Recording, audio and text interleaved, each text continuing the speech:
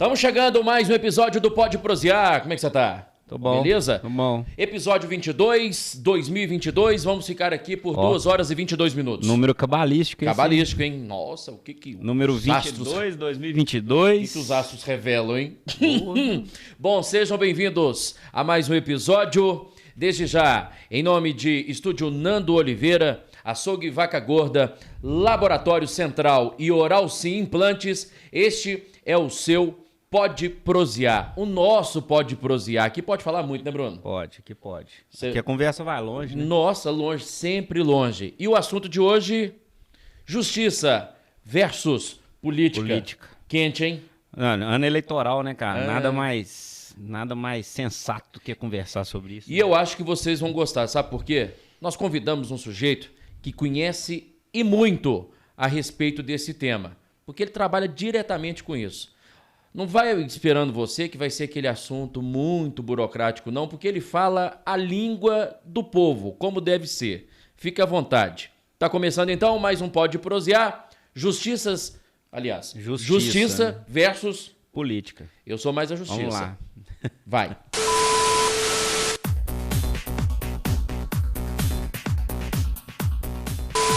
Bom, estamos recebendo aqui o Dr. Jarbas Lacerda.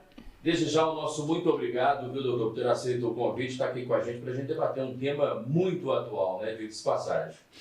Augusto, bom dia, né? Boa tarde, boa noite a quem está nos acompanhando aí, ao Bruno. Obrigado pela confiança e pelo convite. Vamos falar sobre justiça e eleição.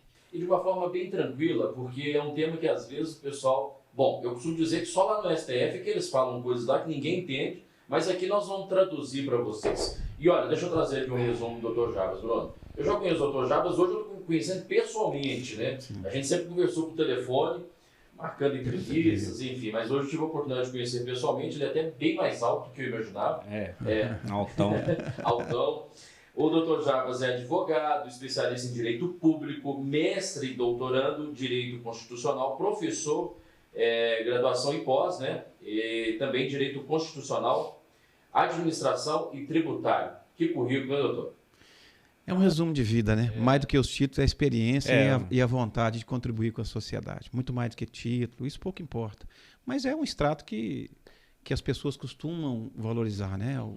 O que as pessoas têm na vida, então a gente vai escrevendo e vai registrando. Mas mais do que isso, eu me sinto bem como cidadão, como pessoa do povo. Então é isso que me move. O senhor está dizendo aqui mais do que a preparação, né? Ele falou que ficou especialista em asfalto, por exemplo. Como aplicar um asfalto. O divinopolitano, né? O cidadão divinopolitano, ele querendo ou não, ele tem fica especialista. Tem que saber de asfalto, né? Como é que é essa história de ficar sabendo a aplicação de um... Além dessas poucas coisas que você falou aí, eu como palestrante, como consultor, eu fui fazer certa vez uma palestra que envolvia prefeitos, pessoal de engenharia, para falar sobre citações. E na teoria da argumentação, estudando como comunicar com as pessoas, a gente tem que saber qual é o público que a gente vai tratar, né? Então, eu no avião, caí ali por uma ordem da vida, junto com uma pessoa, com um engenheiro, começando a conversar, e ele foi me explicando, olha, asfalto ele tem um piso de 3 centímetros, que é para esse tipo de trânsito, né? Para uma estrada precisa de 7 centímetros no mínimo, se o trânsito é mais baixo. Grandes rodovias precisam de 30. E eu peguei essas informações e fui abrir a minha fala justamente com um monte de engenheiro que estava lá junto, justamente com esses elementos. Então, já tava. Porque se eu fosse falar só daquilo que me levou lá, talvez eu não tivesse adesão deles. Então eu vou falar sobre aquele assunto que as pessoas gostam. Então, como você falou no início, a obrigação de quem está comunicando é se adequar ao público. O direito, direito é um mundo de gente muito vaidosa, de que fala muito difícil, mas a gente precisa fazer com que isso esteja ao alcance de qualquer pessoa. E a justiça, obrigação. A justiça tem falado de forma mais clara para o cidadão ou não? Olha, o profissional do direito, ainda, em sua grande maioria, não tem a ideia da obrigação de comunicação dele, até por uma deficiência de formação. Nós não tínhamos nas faculdades de direito o que nós temos hoje, que é uma disciplina, é uma maneira de estudar, que chama teoria da argumentação jurídica. Sim. Como falar e como transmitir essa linguagem do direito para as pessoas. Porque o direito é da vida, é da lógica, é das pessoas. A ciência se apropria disso e dá ali uma linguagem de comunicação dessa área. Só que os profissionais se esquecem, às vezes, de fazer isso acessível. Tanto é que as pessoas têm medo da justiça. Traduzir isso, Se você receber um oficial de justiça na sua casa, não é agradável. Porque você pensa, justiça tem algum problema. Dá um climão, né? Dá uma sensação ruim. Você fala com, imagina um cidadão que, ruim, né? imagina um cidadão que está conhecendo ele ou ela está namorando e tudo e fala assim, olha, vamos dar um passeio, eu vou te levar para conhecer o fórum. Que? Ou delegacia. E são edificações bacanas, fala, bonitas, né? Você fala assim, vou fazer uma moral com a esposa, vou levar no fórum. Vou te levar para conhecer o Tribunal de Justiça. Você fala, não vai rolar. Não vai levar na sessão, né, para ver o... A justiça é do povo, porque a gente falava aqui no off, o que é direito, o que é justiça? Justiça deve ser um lugar, uma condição onde as pessoas possam pacificar seus interesses. E a função da justiça é pacificar a sociedade. Equilibrar, né? Existe para isso. Então, quando a gente fala de direito é a coisa mais simples que existe. Para que o sujeito que estuda 5 anos, estuda 25 anos, 30 anos, igual eu, por exemplo, ou outros tantos, e está na vida do jornalista de todo mundo, para que você estuda? Direito é fato social, o que acontece na vida das pessoas, que é transformado numa regra de conduta para a coletividade, e essa regra é aplicada no fato. E de direito e justiça todo mundo sabe. Você está andando na rua, passa numa avenida, escuta um barulho, bateu, a pessoa olha, aí tem uma moto caída, tem um veículo que colidiu com ela, 2 pessoas caíram. Ali, dentro de segundo, 10, 15 pessoas.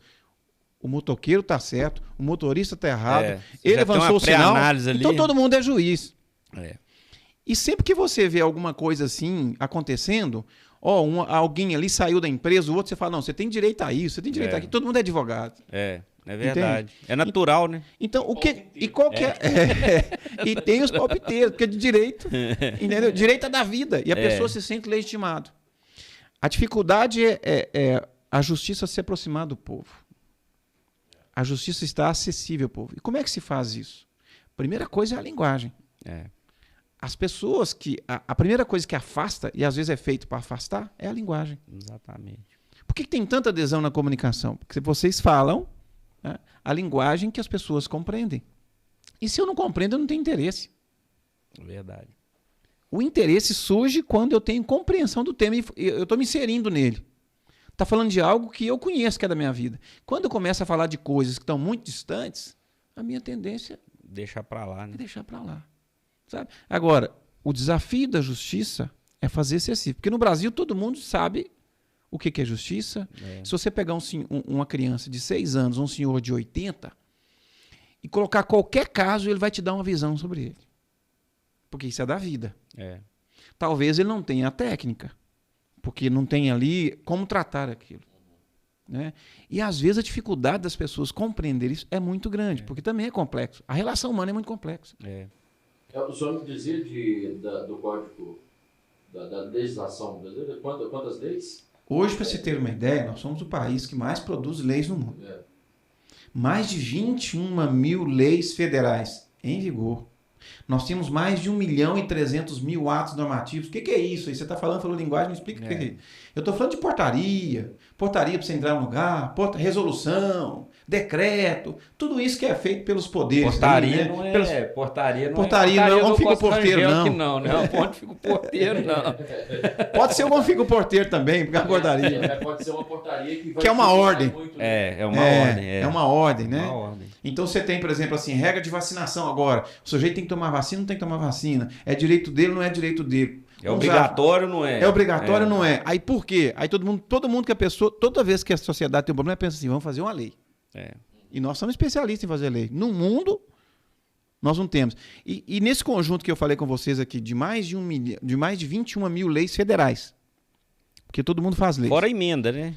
Nós temos a Constituição com 253 artigos, mais 180 emendas. Nós temos aí as leis estaduais, do estado onde a pessoa está, do município onde ela está, que também tem leis.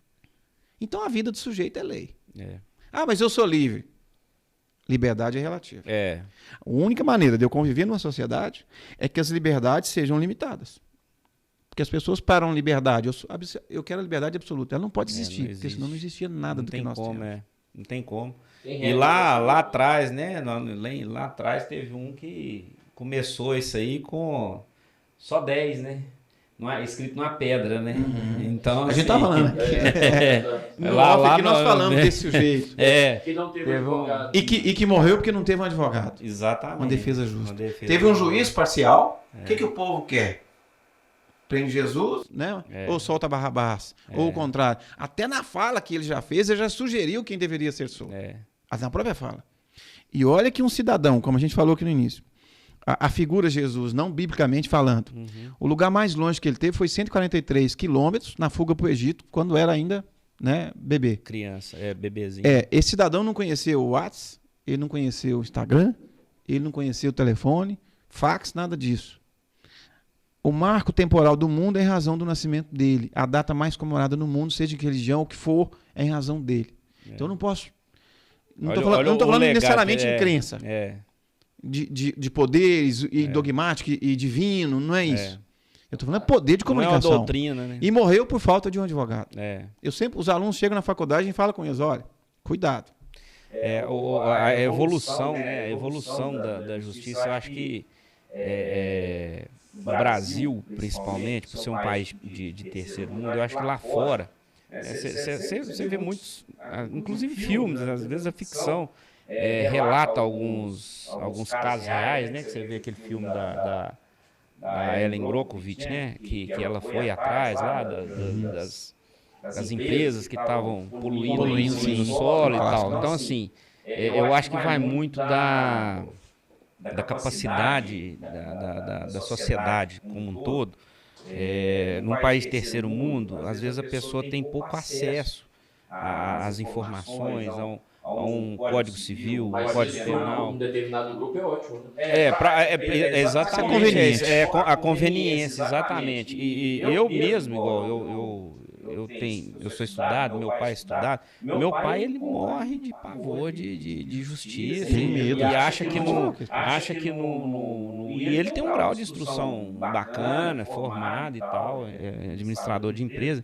Então, assim, eu acho que esse trabalho que o senhor citou aí no início, de traduzir os códigos, né, as leis, os termos, né, principalmente a termologia que o direito usa, né, é muito complicado para a pessoa. Agora você vê, meu pai, que tem um grau de instrução bacana, ele já tem um certo ranço. Imagina uma pessoa, coitada, que não teve acesso, que ali, né, tem um primário, né, que a gente tem muita gente desse nível no Brasil, não desmerecendo, mas é uma realidade. Talvez são os que mais necessitam. Eu acho que esse trabalho aí, isso aí é uma coisa assim, é uma necessidade, é uma evolução. Eu acho que tem que acontecer. Mas sabe o que isso é sintomático? Como o Augusto falou, isso é conveniente para alguns grupos. Exatamente. Isso é proteção para alguns grupos. Sim. Agora, a gente vive na sociedade uma coisa assim, as pessoas têm medo da justiça, pelo que ela pode representar, o que ela impõe, a força do Estado.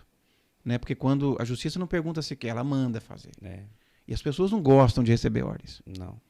E do outro lado, as pessoas depositam toda a esperança que ela tem quando tem um problema na justiça. Você falou, seu pai não gosta do judiciário, mas quando ele tem um problema, a primeira coisa que ele pensa, eu preciso da justiça. Eu preciso. Tem a dificuldade, porque a justiça parece injusta. E por que ela é injusta? Justiça, cada um tem um ponto de vista sobre ela, sobre um fato, sobre um acontecimento. Você vê na TV, em qualquer lugar, e fala, mas isso não é justo. Não é justo sob que ponto de vista? Sobre o ponto de vista meu, seu, do outro, de quem? E quem faz a justiça? São pessoas que erram, como todos. As pessoas veem, às vezes, assim, um profissional do direito, um juiz, por exemplo, alguém dotado de superpoderes, preparados. É uma pessoa que sofre, que chora, que tem dificuldades, que fica bolado com a vida, que tem problema com a família, que tem problema com os amigos. Suscetível às coisas. E isso se transfere para os julgamentos. Exatamente. A gente estava falando aqui, antes, para você ter uma ideia, nós tivemos um caso emblemático no Brasil, eu até coloquei para os alunos na faculdade, na teoria da argumentação, dividindo eles em dois grupos, contra e a favor para eles praticarem, sobre o caso Isabela Nardoni. Quando foi fazer o julgamento daquele caso, que até hoje as pessoas não sabem ainda, têm dúvidas se de fato foram eles ou não, porque se tem uma decisão judicial, tem pessoas que são presas, mas não se sabe ainda, não. Apurou aqui, tá, não chegou a isso. Não estou dizendo uma coisa ou outra. Quando foi composto o júri, quando todo júri, que as pessoas gostam muito, isso mexe muito na vida, por que as pessoas gostam do direito? Porque isso é da vida da gente. Sim. Porque isso é da gente. O direito só se apropriou como ciência daquilo que é fato nosso, daquilo que a gente vive. 7 pessoas, dos 21 que são selecionados, quando o jurado se apresenta, por exemplo... Pois é, essa seleção desses 21, por exemplo, só te cortando rapidamente, quem faz a escolha junto com o juiz? A lei prevê que nós tenhamos ali entre, no mínimo, 200 pessoas que estão escolhidas. Você, por exemplo, pode chegar e falar, eu quero me inscrever como juiz. Ou como júri. O jurado é juiz. É o juiz do povo. E só nos crimes mais graves, crimes contra a vida. O resto não tem júri. Nos Estados Unidos é diferente o sistema, né? As pessoas se habituam a ver nos filmes e tem que explicar para a gente poder ter condição. Eu acho que assim, o sistema judiciário, a gente não pode comparar um com o outro, porque o sistema judiciário americano ele está em outro patamar, até porque a Constituição lá dos Estados Unidos, né? Ela é uma Constituição, isso aí todo mundo sabe, né? A Constituição lá, ela cabe numa folha de papel A4, de um lado do outro. O que acontece nos Estados Unidos é o seguinte: cada estado ele tem a autonomia e tem as suas leis, vamos dizer assim, né? A sua Constituição. Vamos falar assim: cada estado tem uma Constituição. A Constituição Federal ela é usada como referência, como uma base para que sejam estabelecidas as constituições dos estados. Então, assim, o estado tem uma autonomia, muitas vezes até superior à autonomia federal, no que diz respeito aos julgamentos dentro daquele estado. Então, assim, o sistema lá é diferente. Então, muitas vezes o que a gente vê nos filmes, né, é muito diferente. Na ficção é muito diferente do que acontece aqui no Brasil. A gente já está falando sobre os jurados, e o que você colocou dentro do sistema. A pessoa se inscreve, quer ser jurado. Sim. Não pode ter sido processado, respondido a processo criminal. Tá. Desses aí é feito um sorteio e selecionam-se 21. A própria justiça se encarrega disso. Desses 21, eles se apresentam para o júri. A defesa e a acusação podem recusar 3 cada um. A pessoa se levanta, qual é o seu nome? Jarbas. O que você faz? Eu sou advogado. O Ministério Público vai querer um advogado, que é técnico. A tendência de ser mais rigoroso é muito maior. A defesa não vai querer. Porque ela vai querer, ela recusa. Então, para a defesa, às vezes, você está para a defesa, eu não sou bem-vindo. Por quê? Como técnico, a tendência do técnico, dependendo dele, é ser muito mais rigoroso. Sim. Né? Porque, e quando se escolhe ali os 7, ficaram 7, eles formam o julgamento. É o povo julgando o próprio povo. Porque quando morre uma pessoa, não é só aquela família que foi afetada. É um da sociedade que foi tirado. Então a sociedade tem o direito de se manifestar e dizer o seguinte: o que representa essa morte para a sociedade? E desses 7, para vocês terem uma ideia, no caso Nardon que nós falamos, 4 eram mulheres, 3 delas mães com filhos entre 5 e 8 anos de idade. A criança que morreu, que é da própria idade de Isabela. O resultado do julgamento foram 4 votos pela condenação e 3 votos pela absolvição. De onde vieram os votos? É muito simples de saber. É muito simples. Agora, quando saiu a escalação do júri, eu estava acompanhando, né, pelos noticiários, todo mundo. Aí eu falei, já foi. Aí o advogado teve muito trabalho. Por quê? Porque quando a gente fala de justiça, no júri, por exemplo, o advogado trabalha com a dúvida. Quem tem que trazer certeza é o Ministério Público, quem acusa. Quem acusa tem que trazer a razão. Então, quem está ali... E assim, uma das coisas que as pessoas gostam muito, apesar de ter medo da justiça, é que isso atrai as pessoas pela emoção. Por que os fóruns ficam cheios quando tem um julgamento de alguém? Aqui em Divinópolis tinha uma figura ontológica, a dona Chuchu, uma senhora que nunca fez nada do direito, e todo mundo da justiça conhecia, né? Toda vez que tinha um júri, ela não acompanhava diário oficial, publicação. Primeira cadeira, ela estava lá sentada. Eu vi várias vezes. Por quê? E ela era referenciada pelos advogados, pelo juiz, pelos promotores, por todo mundo. Por quê? Ela se sentava, lencinho na cabeça, aquela figura ali, e participando do julgamento. Porque o julgamento é uma atração. Né? Na verdade, ele é muito técnico. Pouco tem, às vezes. E às vezes as pessoas veem aquele resultado e falam, não é justo. Aí fala, o cidadão pegou só 19 anos. Só 19 anos. Aí você pergunta assim, você conhece uma prisão? Você já esteve lá? Você vê a estrutura de um sistema daquele? É o último lugar do ser. Você já teve na audiência que o cidadão entrou algemado, com a roupa laranja? Para você ver o que é aquilo. Você sentiu o clima, né? Como é que é? Né? E as pessoas, sabem, para vocês terem uma ideia, e isso, se vocês me permitem, quando os alunos chegam na faculdade, nessa disciplina, a gente sempre conta para eles um caso aqui de Divinópolis. Porque a gente aprende com os casos. Em Divinópolis, certa vez, e aconteceu, não é mentira, um rapaz aí, né, 18, 20 anos, uma sexta-feira, 10 horas da noite, ele resolveu de pular dentro de um muro no fundo de uma casa. E ele pulou no muro e a hora que ele caiu para dentro dessa casa, 9, 10 da noite, ele ficou escolhendo o que levar para fazer ali o que o direito chama de furto, que todo mundo chama de roubo. Furto é quando alguém tira alguém de outra pessoa sem violência. O roubo é com violência. Teve violência é roubo, não teve, é só furto. E tal. Ter violência, a gente tem um tipo diferente que a gente chama lá. Então, quando ele pulou na casa e estava escolhendo ali qual era o objeto da prática dele, esse senhor, aqui no bairro Porto Velho, viu o cidadão invadindo. Ele sacou ali de um facão, que era o que tinha à mão, e se pôs contra aquele sujeito, correndo, dentro do quintal dele.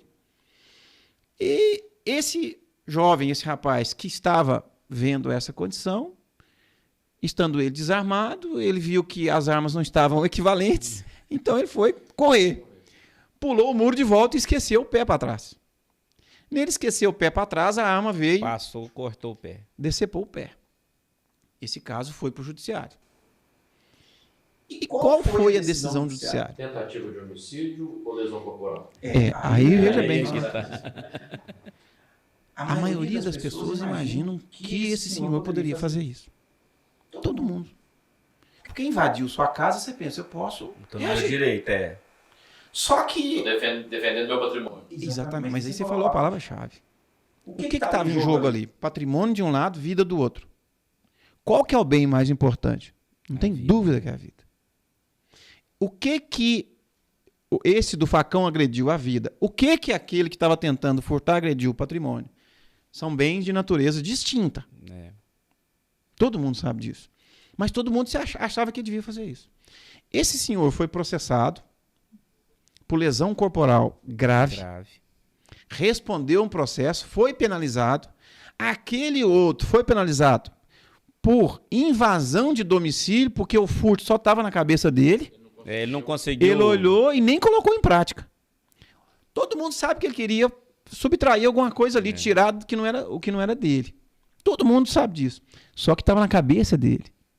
E a sorte nossa de todo mundo é que a justiça pune só aquilo que está do seu corpo para fora. Ele não concluiu, né? Ele não externou. Ele não externou. Não concluiu, não externou. E mais, ele foi condenado. Esse senhor do imóvel foi condenado a pagar uma pensão para esse que invadiu até os 65 anos de idade. Porque ele invalidou essa pessoa para o trabalho permanentemente. O resto da vida. Certamente muitos que estão vendo agora aqui, relembrando essa história, quem já conhece, né? Quem não conhece, está vendo a primeira vez, está revoltado com a decisão da justiça. E mais, esse senhor acabou por suicidar depois, um tempo depois. Complicado, né? Aí você pergunta assim, o que é justo nisso? Todo mundo pensa que é injusto. Eu sei de uma coisa justa. Vou dar uma pausa aqui rapidamente, porque nós vamos entrar. Eu tô com o meu caderninho aqui, o meu bloquinho aqui, porque tem muita coisa para a gente perguntar, eu quero debater aqui. Nós vamos entrar agora de fato. Deu para a gente sentir um pouquinho do que é a justiça e tudo mais. O Bruno até relatou, né, do meu tio, né?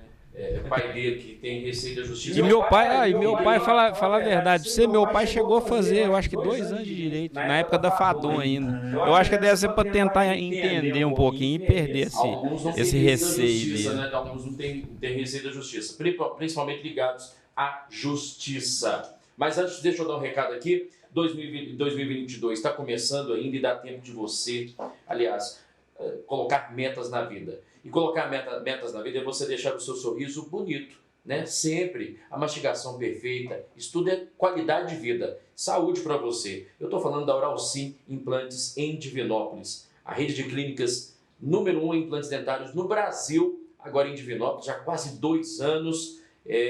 Maurício, há quase 2 anos já em como o tempo está passando, cara. Toda a equipe aí da Oral Sim. Oral Sim Implantes, minha gente, fica na rua Mato Grosso, 1017, no centro, né? Região centro, Cidil, pertinho, coladinho, bem próximo da igreja de São Cristóvão. Você vai agendar e marcar a sua avaliação. 3112-2000, 3112-2000 é o telefone de contato para você agendar a sua avaliação. Tem o WhatsApp também, o celular, 99845-7794. Olha, doutora Ellen, doutora Franciele, toda a equipe da Oral Sim aguardando você para fazer o implante, você voltar a sorrir com dignidade, ter uma mastigação perfeita. Você sabe, né? Saúde começa pela boca. E não ponto deu final. Telefone, não deu o Zap, não deu o Instagram, não deu. Vai lá. Vai lá. Isso aí. Então, sempre lá te esperando, com toda a higiene, dedicação, equipe qualificadíssima, né? Pessoal, olha, já começa o respeito no atendimento, na recepção já, com toda a equipe lá da Oral Sim.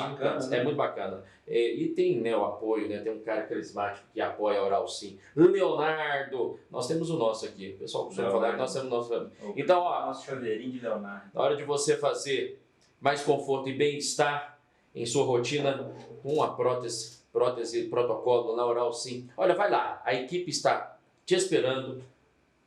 Estava aguardando a dica para 2022 para melhorar o sorriso, quer fazer um implante com tranquilidade, profissionalismo e qualidade. Oral Sim Implantes em Divinópolis. Oral Sim, o sorriso do Brasil, o sorriso de Divinópolis. Oral Sim Implantes. Valeu, um forte abraço a todos lá. Bom, vamos entrar então aqui na seara justiça versus política. Fiz muita coisa.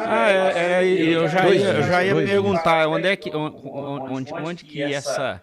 Onde que converge uma coisa e onde que encontra? O doutor Jarbas trabalha muito na área da política, assessorando câmaras de vereadores, né, prefeituras também agindo. Então tem esse contato com a política e, claro, estudioso como é a respeito do direito. Eu quero entrar já numa seara aqui. O STF, os seus colegas lá do STF estão extrapolando, estão na medida, ou o STF politizou demais, doutor? Bom... vai respirar mesmo. Porque... Eu sei que o senhor não vai ficar receoso de falar, né? Porque de tem forma gente que não quer falar do STF, não sei o quê. Eu, antes de mais nada, tenho um compromisso com a liberdade de pensamento. Se agrada o STF ou não, ou quem quer que seja. Bom, é preciso a gente, fazer uma análise rápida. Por que as pessoas hoje falam tanto de STF, Poder Judiciário, e isso não era tão comum? A gente não ouvia tanto. Com a criação do que nós chamamos de Estado Constitucional, essa organização toda, a partir de um fato histórico chamado Revolução Francesa, criou-se o Estado Constitucional. O que é o Estado Constitucional, para as pessoas saberem? Onde eu tenho um poder que se subdivide em 3. Eu tenho um poder judiciário, onde julga as pessoas, o poder executivo, a prefeitura, por exemplo, e o poder legislativo, a LEGES, onde faz as leis. Eu tenho um sistema de fazer leis, eu tenho um sistema de executar as leis e de julgar segundo essas leis. Nisso é o Estado Constitucional. No primeiro momento, quando esse Estado Constitucional nasceu, no século XVIII, no século XIX, final do início do século XIX, nós já tivemos ali uma demanda por colocar tudo na lei. Porque não tinha isso. A pessoa não existia perante o Estado. Eu não tinha direito de ter propriedade, o que as pessoas queriam, eu quero ter propriedade, eu quero ter liberdade. Não tinha. Passamos a ter. Isso agora, há pouco tempo, vamos falar assim, no século XIX, 2 séculos praticamente. E ali a demanda pelo legislativo, colocar na lei, e essa origem nossa, tudo eu quero na lei, põe na lei, é me garantia, né? Eu não gosto da justiça, mas eu quero a lei, eu não gosto do fórum, mas eu quero a lei. Né? Contrato, põe no contrato, escreve e tal. Depois que nós fomos passando esse período de esgotar e colocar tudo na lei, veio a demanda pelo executivo. Aí o executivo passou a ser o protagonista. Por quê? Ele tinha que executar aquilo que estava nas leis. Aí demanda por uma série de coisas, demanda por criar uma série de coisas, criando cidades e estruturas. O executivo passou a não atender tudo. Nesse nosso século, a predominância é do judiciário. Por quê? As pessoas, tendo leis, não sendo executadas, elas vão buscar que elas sejam executadas. Por que os ministros do STF passaram? Porque as pessoas nem sabiam quem eram eles. Há 25 anos atrás, 20 anos atrás, as pessoas sabiam. O direito sabia quem que era o STF, as pessoas não sabiam. Porque o STF passou a decidir coisas da vida de todo mundo. Por exemplo, o STF teve um julgamento há pouco tempo se as pessoas deveriam ou não se vacinar. Aí eram dois os assuntos. Primeiro, não vacinar seria uma escolha de cada um? Liberdade? Eu quero me vacinar ou não quero vacinar? E se eu não vacinar, qual é a consequência para a sociedade? Eu coloco você em risco, coloco você em risco, coloco o Cristiano em risco, coloco todo mundo em risco. A minha atitude? O que o STF entendeu? Vacinar é obrigatório porque é uma questão de saúde coletiva e a sua decisão não se sobrepõe à decisão da coletividade. Sim. O STF tem sido politizado, tem tido decisões políticas.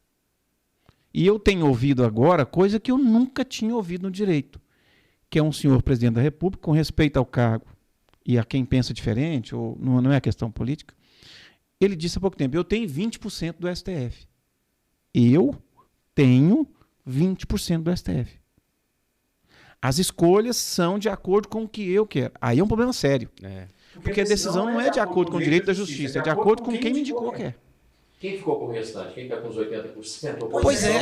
Aí é que tá. Mas isso não era nem pensado. E tem uma coisa o seguinte. Pois é, mas as indicações são recentes, né, por presidente, né? Não. O STF, pra você ter uma ideia, tem 100 e tantos anos. Mas ele nasceu juridicamente de 88 para cá. Depois tinha outro nome. Pois é, mas não foi da Constituinte. Pois é, mas não foi depois Depois da Constituição. Depois Aí foi instalado o STF, mas ele tinha outro nome. Agora, para as pessoas entenderem, o que é a função do STF? Ele tem que julgar situações que violam o que está na Constituição. Casos jurídicos. É ele que dá a última palavra. Se o que nós estamos tratando no direito contrariar uma lei federal, o STF nem fala sobre isso. É o STJ, é o Superior Tribunal de Justiça. Aquele é o Supremo Tribunal Federal. Ele pega a Constituição e cuida dos assuntos que violam a Constituição. Por que Constituição? Porque é a lei mais importante, é a mãe de todas. O poder do Estado está ali. Foi criado ali dentro. Por isso que é supremo, né? Por isso que é supremo. Mas também não é Deus. Não é Deus. Mas também não é Deus. Pois é, mas em algumas situações a gente tem visto um comportamento que são Deus. Sem dúvida. Nós tivemos um agora que foi absurdo. Com todo respeito ao presidente do STF. No caso da Boate Kiss. Qual foi a decisão? As pessoas foram condenadas. 3 pessoas foram condenadas. De um universo de tantos. As autoridades que não fizeram a fiscalização daquela boate, ninguém foi processado. E 3 pessoas, um da banda, um dono, que é sócio, e mais um outro, um ajudante de palco, foram condenados. Não estou dizendo que não devesse. Todo mundo sabe o que acontece. Eu não participei do processo. Tem coisas ali que eu não conheço. Então, é ignorância falar do que a gente conhece. Os advogados conseguiram um habeas corpus. O que é um habeas corpus? Habeas, posse. Corpus, corpo. Posse do corpo. Quando o Estado prende alguém, ele se apropria daquele corpo. A justiça concede um habeas para que a posse do corpo seja dada à pessoa de volta. Os advogados entraram com um pedido de habeas corpus no tribunal. Preventivo. Antes para que eles pudessem continuar respondendo em liberdade até que tivessem os outros recursos. Para se firmar a decisão, se está certo ou não. Porque quem garante que foi certo? Né? O Ministério Público entrou com... O Tribunal de Justiça do Rio Grande do Sul concedeu, o Ministério Público entrou com um recurso no STF e o presidente do STF mandou que eles fossem recolhidos à prisão. Só que tem uma regra básica aí. O STF só pode julgar o habeas corpus depois que a instância inferior julgou e decidiu. E para saber se está infringindo ou não a Constituição. Não, antes disso. E fez pior. Que isso, todo mundo do direito ficou assim, ó. Acabou o direito, fecha aí, passa a chave e vamos embora. Devolve pros índios. Eles não querem também, não. Porque eles não fizeram essa porra. É verdade. Bin Laden brasileiro. E aí tem um outro ponto. O STF, por um regimento interno, o que é um regimento interno? Uma resolução interna. Ele se autoprogramou ou se intitulou, né? Mais do que intitular. O termo certo seria, ele se autopropôs, ele mesmo deu poder a ele mesmo, traduzindo, para que ele pudesse conduzir inquérito. É uma aberração. Isso é absurdo. É uma aberração. E aí o ministro conduz o inquérito. Eu não estou dizendo que as decisões dele não foram corretas. A origem está errada, as decisões podem ter sido. Mas aí ele mesmo, a pior coisa que tem no Estado de direito, nessa estrutura que a gente vive, que eles dão o nome de Estado de Direito, o povo do direito, é alguém, quem acusa, não pode julgar. Não dá. Não tem como. Não é nem justo. Não é justiça. Não, e outra coisa... Eu acuso e eu decido. Pois se eu estou acusando, estou dando os argumentos para te condenar. A gente vê a gente vê aquelas imagens lá na TV, né, do STF, aquela pilha de processo, de papel. Parece cena de filme. Parece cena de filme. Então, os cara não estão dando conta nem do que é deles, eles estão tentando pegar, abraçar coisa que não é. Isso talvez seja um grande problema. Eu acho que... E tem um negócio sério no que a gente discute. Os poderes, que a gente chama, eles são assim, um não é mais importante que o outro. Um não é mais importante que o outro. Eles têm, é o segundo artigo da Constituição do país. Os poderes são independentes e harmônicos entre si. É como se fossem 3 filhos de uma mesma mãe. A mãe é o poder e eles têm parcela do poder. E um não pode respeitar o outro, o irmão. Se fizer isso, tá violando a regra do jogo. Se um começa a se sobrepor ao outro, o equilíbrio acabou. E aí começam as coisas a dar errado. Agora, por isso que mudou e tem essa confusão toda, né? Agora, mas isso é tudo, Augusto, ação e reação. Porque um poder começa a extrapolar muito, o outro responde. Sim. Não estou dizendo que um está certo ou está errado. Um presidente que diz que eu tenho 20% do STF, ele está dizendo o seguinte, o STF é um órgão político. Ele está falando isso. E pode ser que não seja. Tem gente ali também capacitada, que trabalha bem, que está fazendo as coisas, mas que no colegiado, algum outro ali foge da questão. Tanto é que agora, nós tem uma coisa lá, Bruno, me permita, tem uma coisa lá que tem sido usada, que a mídia não fala, que as pessoas não comentam, às vezes até o próprio direito não fala. Quando um assunto não quer ser colocado na pauta, o que o ministro faz? Pede vista. O que é vista? Me dá esse caso aqui que eu vou estudar ele. Tem vista lá de 6 anos. Ou seja, tá guardado lá no armário da casa. Porque o interesse político não quer que julga. Não quer que julga. Eu vou te dar um exemplo. Mas como mudar isso? Primeira coisa, regular a vista. O próprio presidente do STF hoje. É igual a biblioteca, né? Você pode pegar o livro, mas você tem 3 dias para devolver. Ele tem um caso que está com mais de 4 anos de vista, que fala sobre o auxílio moradia para juízes. De quase R$5.500. Auxílio moradia para juízes para quase R$5.500. Tem 4 anos e meio de vista. Enquanto não está lá, está pagando. Não decide. Agora, quando é um habeas corpus que não poderia conhecer do habeas corpus, ele não, o que é conhecer? Ele não poderia... Só vou apreciar depois que eu de lá exercer a função dele. Não posso passar na frente. Tem um negócio que chama suprimir instância. Eu estou suprimindo a instância, eu estou acabando com ela. Não posso fazer isso. Mas a decisão do cara foi errada. Então espera o tempo para corrigir. No meio do plantão, solta o André do Ré. É por isso que por isso que o caso da Lava Jato, assim, para quem é leigo, a gente, né, é lógico que a gente tem, na minha humilde ignorância, eu percebo, é por isso que o caso da Lava Jato, condenação de ex-presidente aí, não vou citar o nome, todo mundo sabe, né? É tão confuso, né, para quando complexo. Chega aqui, porque o que acontece? Você tem um juiz, né, você tem um delegado, um ex-delegado, né, da Polícia Federal, lá de Curitiba, né, a acusação partiu da Polícia Federal, a investigação partiu da Polícia Federal, foi julgado numa instância e agora, depois do cara passar na prisão e tudo, agora 581 dias. 581 dias. Aqui, até coloquei aqui. Qual foi o maior erro da condução da Lava Jato?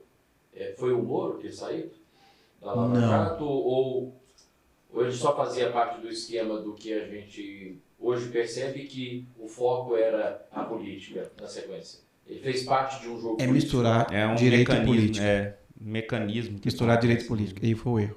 Se tivesse feito só o direito, Era simples. E aqui é o seguinte. Em momento algum, o senhor percebeu uma condução dele política, não? Desde o Uma início. parcialidade. Eu peguei a Eu sentença. pensei que era só eu. Eu peguei a sentença dele e levei para meus alunos estudar. 127 páginas. E o que ela menos tinha era direito. Eu não estou dizendo que o ex-presidente é inocente. Nós não estamos falando aqui que o ex-presidente é inocente ou não. Mas ele tem direito a um Mas julgamento ele justo tem com qualquer direito. pessoa. É porque a justiça, a gente tem que ter essa noção básica que a justiça, a estátua que representa a justiça, ela tem uma Deus, venda, não é à Artemis. toa. Ela não tem aquela venda à toa. Ela é cega e ela tem uma balança. Por quê? E uma espada. E uma espada. Ela tem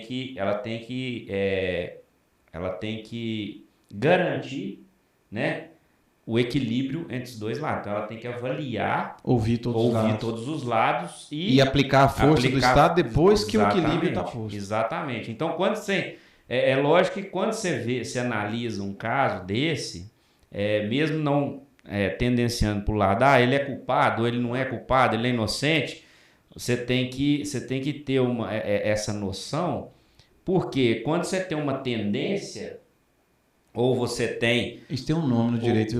você tem uma tendência, Chama ou você tem lawfare. uma É o lawfare. Lawfare. Né? Lawfare. Que você é a lei do fogo. mais ou menos. você tem uma parcialidade, você começa a desequilibrar a balança. Mas sabe o que é isso? Né? Por que esse caso foi tão emblemático? Porque as pessoas se apropriaram do direito para um intento e misturaram questões políticas. E hoje as coisas, com o tempo é senhor da razão, as coisas vão se diluindo. Não estou dizendo que é culpado, inocente, nada disso. Não é? Porque todo mundo tem que responder pelos seus fatos, Claro. seja ex-presidente, Claro. seja o Gari, seja eu, seja você, Claro. todo mundo. Isso é preceito de justiça. Mas eu tenho direito a um julgamento justo. Toda pessoa tem que ter. Que a corrupção existiu, ela existiu. É claro, tem que ser mas o que nós falamos nisso? Corrupção. As pessoas falam, vamos acabar com a corrupção. Isso é balela, isso é sonho. Isso não é existe utopia, né? É utopia. É sonho. E por que é? O ser humano é corrupto por natureza. Olha, se você colocar um ser humano sozinho, é possível que ele não consiga se corromper, mas ele vai ter imaginações de corrupção. Vai.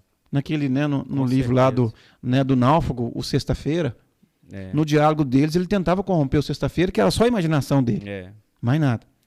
Agora, quando você coloca junto o ser humano, está lá o extrato da corrupção.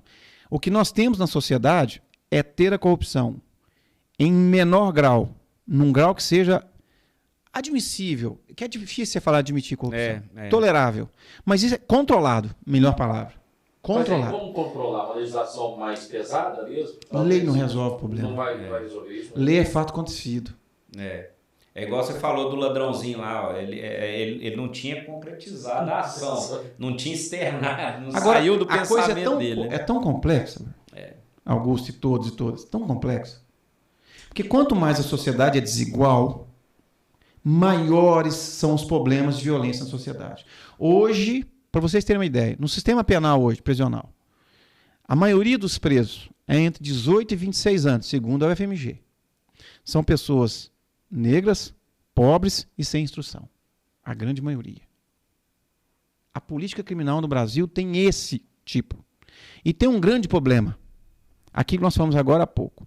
Quando o Estado, através do seu juiz, escolhe primeiro a figura a ser punida e depois os fatos, é o que aconteceu na Lava Jato. Quem nós vamos punir? Esse. Quais os fatos? Vamos achar os...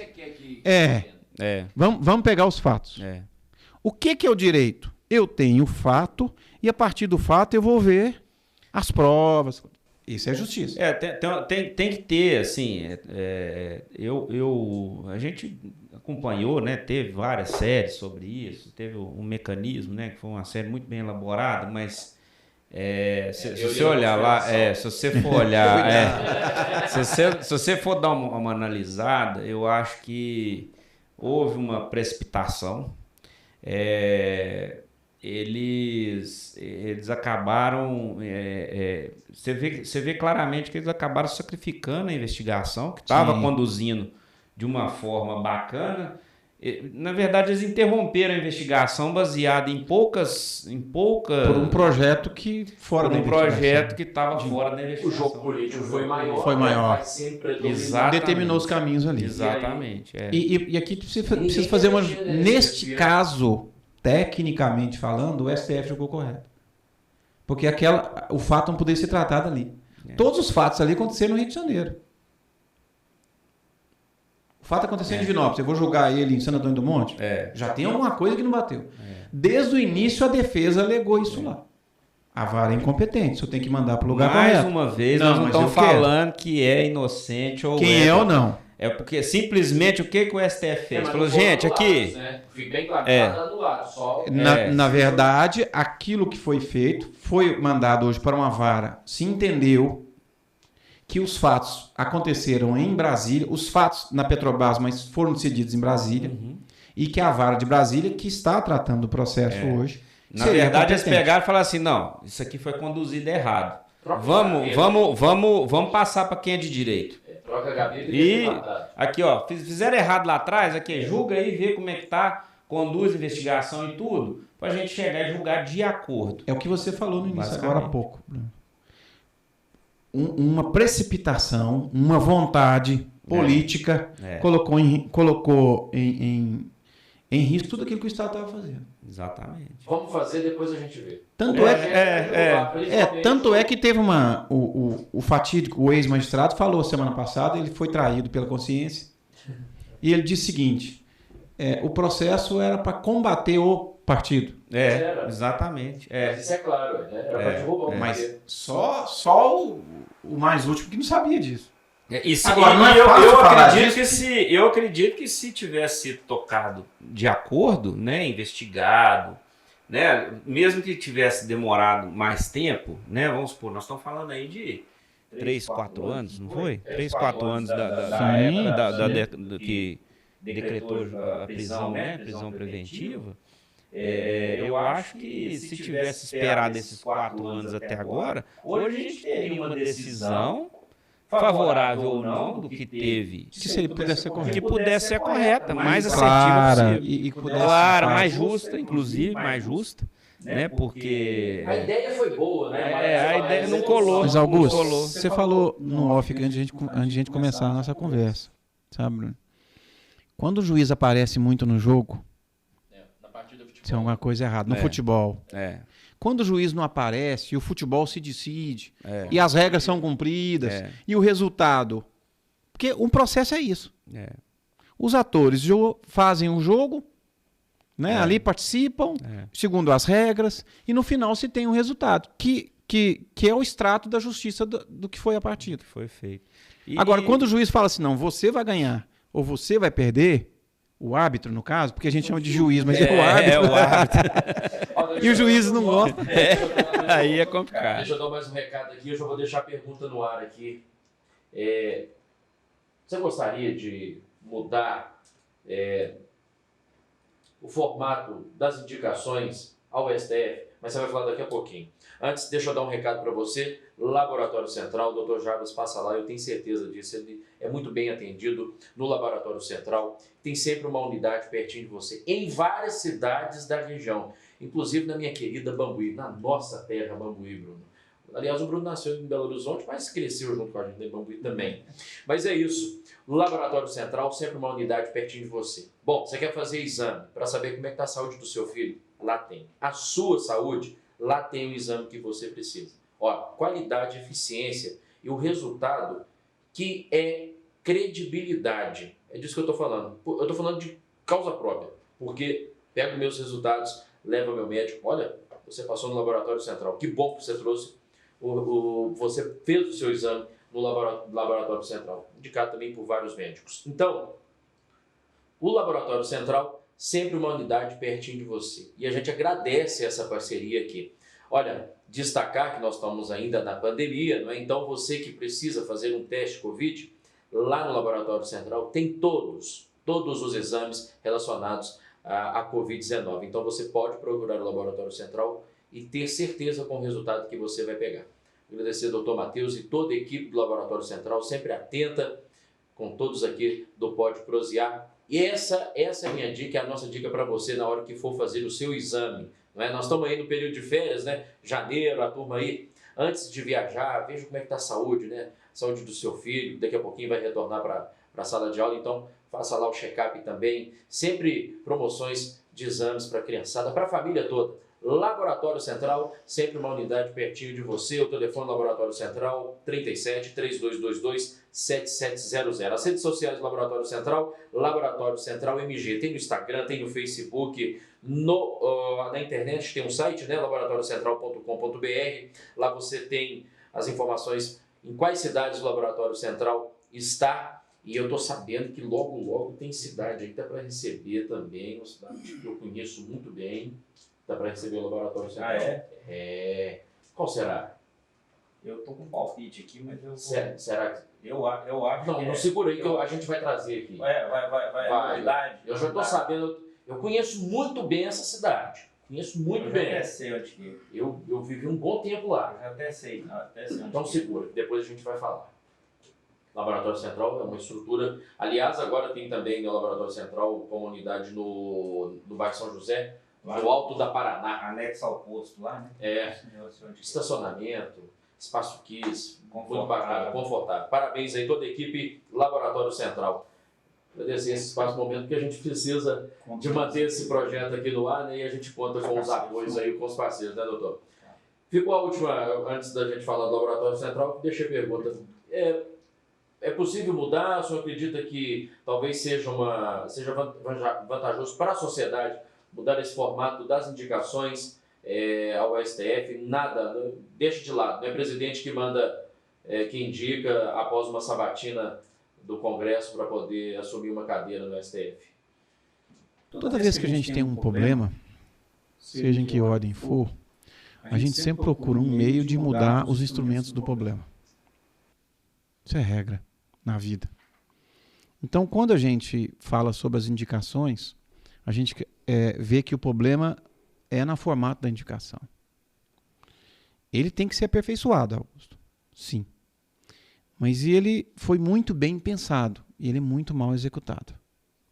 Porque, por exemplo, o ministro Alexandre de Moraes, quando foi indicado, ele se reuniu com vários senadores em um barco em Brasília. Deveria fazer isso? Não, e vou mais. E aí eu vou dar a vocês uma do STF para uma questão própria.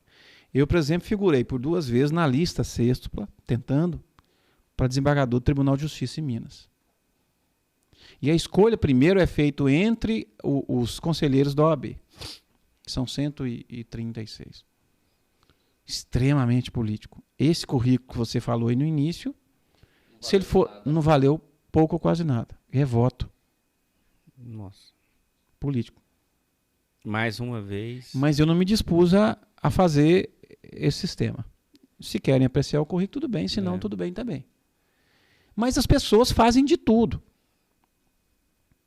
para isso. Mesmo com gente com excelente currículo.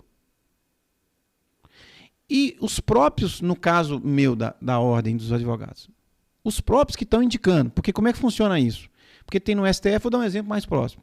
A ordem eram 17, eram 33, viram 6. Esses 6 nomes vão para o Tribunal de Justiça. Os 133 desembargadores do tribunal reduz votando para 3. Vai para o governador do estado que nomeia 1. O sistema é perfeito porque tem participação de todos os poderes. A forma de condução e a forma de lidar com isso, tornar o procedimento político apenas, é que mata a situação. É o problema do STF. Não é que o presidente indica o executivo. É uma corrupção. É uma corrupção. Não é uma corrupção de dar dinheiro, mas é uma corrupção de valores. A corrupção não está ligada só naquela corrupção que a gente sabe, a mais comum, que é chegar a te oferecer uma grana. A corrupção está ligada a tudo. Troca de favores, atitudes e tudo mais. Então, assim, do STF, quem indica? O Poder Executivo indica o nome. O Legislativo referenda esse nome. E o Poder Judiciário nomeia e recebe. Os três participam. O sistema não está errado. Agora, a forma como ele faz. As condicionantes da política. Quem nós colocamos lá para fazer essa escolha? Aí é o problema. Não é o sistema. O ex-senador Álvaro Dias é o maior defensor da Meritocracia. E ele que é um dos apoiadores, né, do Podemos lá. Mas veja bem, Augusto, será que se fala isso, vamos colocar no STF só juiz de carreira. O que é juiz de carreira? Fez um concurso. 80% das pessoas que estão na magistratura são pessoas que vieram de família classe média, média alta, e que não sabem o que é a vida, amigo. E que para julgar um caso também, às vezes, fica muito distante. E o tecnicismo demais é justiça de menos. É também um grande problema. Por isso que no Tribunal de Justiça... Nós não chegamos num ponto que talvez fazer o concurso do STF lá, nós não chegamos num ponto de ser assim, não. Porque sim, mas o ex... está predominante nas instituições. Sem dúvida. Mas o ex-juiz foi juiz de carreira, o que nós citamos agora há pouco. Passou por um concurso. Mas aí é vender a alma, pô. Aí vende. Aí e entrega. Aí é o técnico, é o político, é o ser, a pessoa, o cidadão. É aquele negócio, é complicado. Agora, o que é isso? É valor. Porque se o presidente tem um comportamento de valor, se o senador tem um comportamento de valor, o indicado vai ter que ter um comportamento de valor. E se nenhum deles tem, você pode pôr o sistema que quiser. Qual que era o sonho desse ex-magistrado aí? Chegar ao STF. O presidente não quis indicar, mas vem cá, vira ministro. Depois você vai lá. Deu um problema entre eles, você não vai mais. Vendeu a alma para uma vaga no STF. Condicional. Mas é meu ponto de vista. Eu respeito quem pensa diferente. Democraticamente é o seguinte, eu não tenho que te obrigar a pensar como eu. Outro dia a gente recebeu aqui o comportamento, só falando, né? Pode as concluir. pessoas não têm muito... Eu vou usar outro exemplo, assim, do cotidiano que a gente tem que fazer, né, sempre, né? Que é essa situação, então, peraí, não vai ter solução nenhuma mais, então, para a justiça, para a política, não vai ter... Tem. Caráter, porque, eu falo assim, eu vou pegar um exemplo simples, gente, eu tinha uma professora de história, quando ela apontava no corredor, o respeito era tão grande com a professora, e com as outras, né, não só com ela, mas diante dela, da postura que ela tinha um respeito, um domínio tão grande, não um domínio de o aluno fazer o que só ela queria, não, pelo contrário, o respeito mesmo, e a postura dela de respeitar também o aluno, a disciplina que ela dava, então você dava atenção para aquilo. Mas hoje não, hoje virou uma esculhambação, então o cara não tem medo da polícia, da justiça, do sistema, da reprovação pública. É a sociedade do camarote. Por que é a sociedade do camarote? O que mais vende no evento hoje é camarote. É individualidade, quer ser diferente. Ele quer estar assim. E ele quer estar assim, e o camarote não pode estar cheio, não pode ter muita gente. Exclusividade. Né? Isso vai no direito, isso vai no STF, isso vai na TV, isso vai para qualquer lugar. Para todo quanto é canto. É a sociedade do camarote. Por quê? Eu quero que a lei me favoreça. E para chegar lá, faço tudo. Faço qualquer coisa. Isso em todos os segmentos. Por que aparece tanto no judiciário? Porque dá muita repercussão. Lida muito com a vida das pessoas. Dentro das empresas é assim.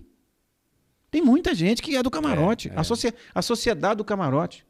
Ele, para levar vantagem, ele pisa na cabeça de qualquer pessoa. Nós tivemos qualquer coisa. Um caso aí, para exemplificar, um caso recente aí, que teve a briga aí, desencadeou num negócio aí, levou à morte de uma pessoa que estava trabalhando, gerou um alvoroço aí na sociedade por causa do... Por que eu falo que isso é... Por que é a sociedade do camarote? O rapaz tinha um problema de saúde. Tinha um problema de saúde. Vamos ver lá na frente se era só problema de saúde mesmo, né? Advogado é um bichinho. E a grande questão é o seguinte, se tivesse ocorrido a briga, ou se não tivesse ocorrido, o grande fator é o seguinte, se não tivesse ocorrido, será que ele tinha dado o mesmo problema?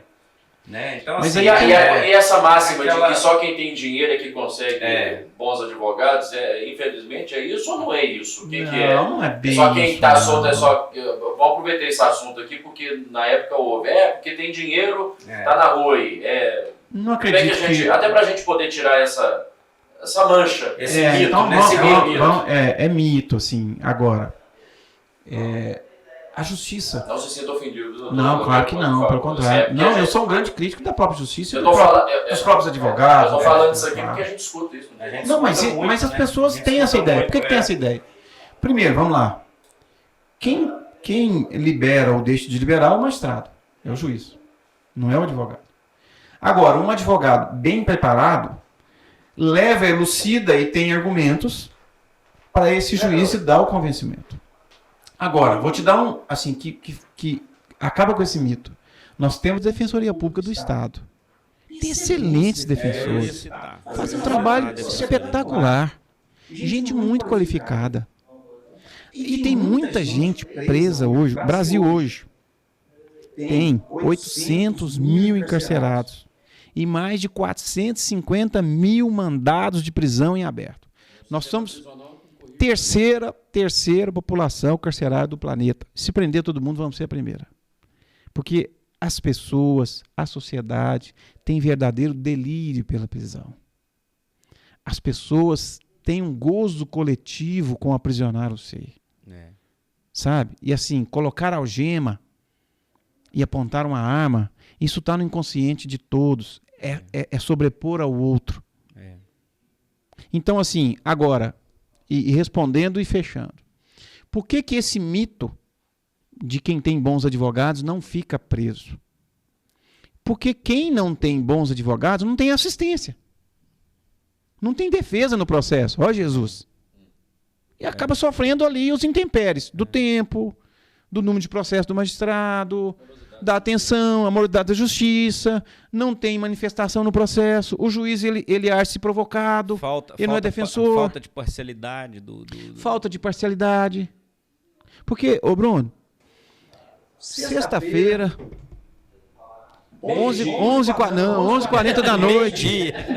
Aí eu ia falar outra coisa. Pode olhar aí, meio-dia. 11h40 da noite. Você está passando, indo para casa, tomar uma cerveja ali com a sua namorada, seja qualquer pessoa, você. E aí você vê um cidadão negro, mal vestido, vindo na sua direção. O que você pensa? Você vai ser assaltado, amigo. Agora se vem lá um bonitão, um Thiago Lacerda da vida, você olha e fala, não, estou tranquilo. Tem um estereótipo, tem uma ideia de quem é o criminoso. Tem mesmo. É uma estampa, né? E isso contamina as pessoas no judiciário, contamina os advogados, contamina os promotores, contamina os juízes. Cria-se uma ideia de que tem um sujeito no direito chamado Lombroso, que todo aluno conhece e estuda. Cesare Lombroso, um italiano. Ele elaborou uma teoria no século XVIII para XIX de que o criminoso tinha um perfil, cabeça grande. Hoje nós temos um estereótipo. O que é o estereótipo? É um físico do criminoso. E a sociedade cultiva isso. Tem um rótulo, né? Tem um rótulo. A sociedade cultiva isso. E os juízes também dão margem a esse cultivo. Sabe? Porque se um juiz dá uma decisão, libera um cidadão desse que a população não quer, o que devia fazer? Se tem que ficar preso, fica. Se tem que liberar, libera. E a maioria, nós temos muito bons profissionais. Certa vez eu ouvi de um juiz amigo meu que ele chegou numa cidade, que eu não posso falar onde, e ele começou a trabalhar. E ele veio de Bambuí. Trabalhou em Bambuí. Foi para essa outra cidade. Isso é no Brasil, isso é na Suécia.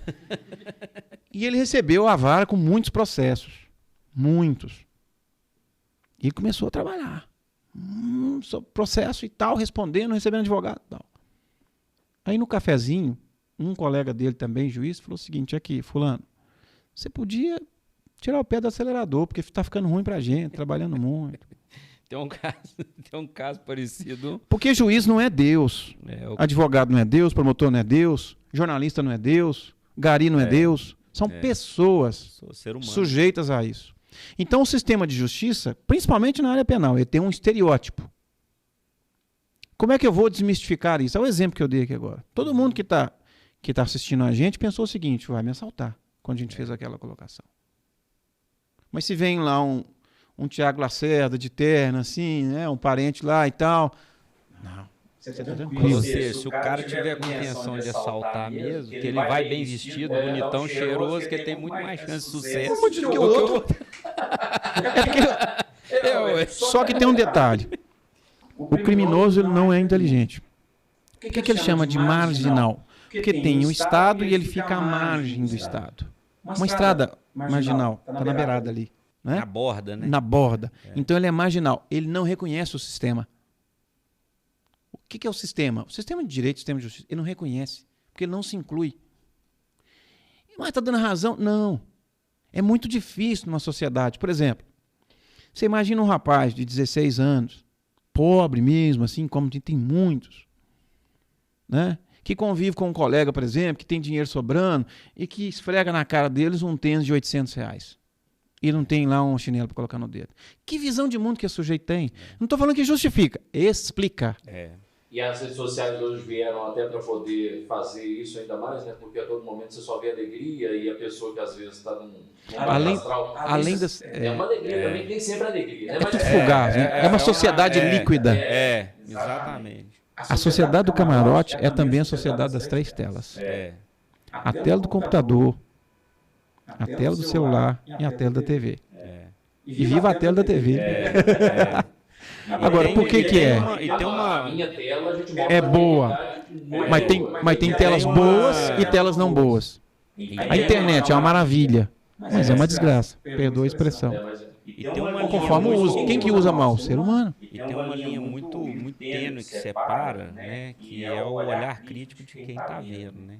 Porque, igual você falou aí, é uma pessoa que não tem condições, às vezes veio da família muito humilde, muito sem recursos, né? Que é muito, a maioria das vezes. Analisa, vê aquilo ali. E existe a tendência, isso é estudado, existe a tendência da pessoa que está numa situação mais, vamos dizer assim, vulnerável, ela vai mirar em quem? Ela vai mirar naquela pessoa que ele enxerga como atingiu o ápice da vida, né? Da felicidade, da alegria, do dinheiro. Tanto é que, por que o Neymar corta o cabelo, muda o tiro de cabelo, muda metade do no mesmo minuto, a molecada, né? Você vai principalmente nas regiões onde tem um Ronaldo Fenômeno na Copa com cabelo horrível. Cabelo horrível. No outro dia, a molecada toda tava ali com o cabelo igual. A Então, influência. assim, tem uma influência, então isso aí hoje está muito fácil, né? O digital tem que ter, o digital influência tem que ter muita responsabilidade, sabe por quê?